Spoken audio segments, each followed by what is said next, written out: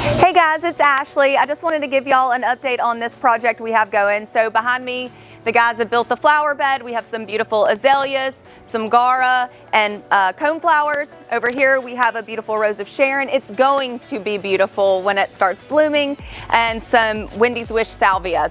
So what we did yesterday, we got this built and taken care of. We have the pathway built. Still need to place flagstone and whatnot. We've got our drain put in. It's running out underneath to the field behind us.